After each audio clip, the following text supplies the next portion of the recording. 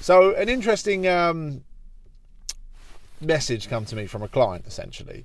And it's because one of his staff essentially lost the key for one of his cars. He sells cars.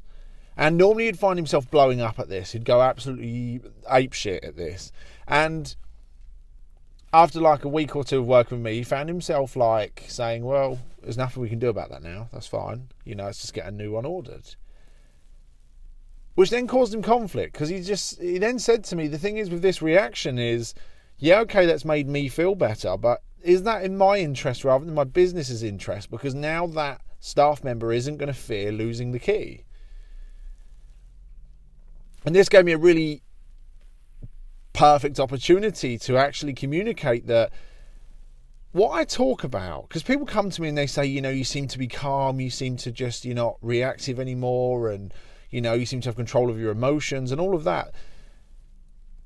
And that is exactly what it is, but it doesn't mean that I'm a Buddhist monk. It doesn't mean that I'm just peaceful and calm all the time and, it just means that I get to select my emotions. I get to choose the emotions, and that's what I teach my clients to do as well. So if in that scenario, that the response you would like to choose is one of anger and frustration towards that staff member, because that is the best way to communicate with that particular person, then you can do that.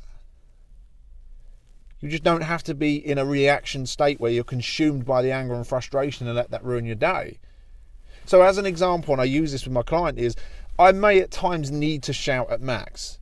I may at times need to raise my voice as a pattern interrupt, essentially, and state my authority in this relationship. But the minute he leaves the room, I look at Jenna and I'm like, because I had control over that. I wasn't consumed by it. I didn't see red and react in a way that I felt guilty about. I just chose at that moment to respond in a way that could be perceived maybe in that way, but it's a response, not a reaction. So the same is true as well for when I was a teacher. As a student, I remembered when teachers would lose their shit and it'd be quite scary, and you sat there like, oh my God, because you've just been told off. And a really interesting experience happened when I went back into the teaching environment. Like, the teacher had to go at all the people, all the students, and the students are shitting themselves. And then the teacher looked at me and gave me a little smirk like no one else saw. And I was like, fuck.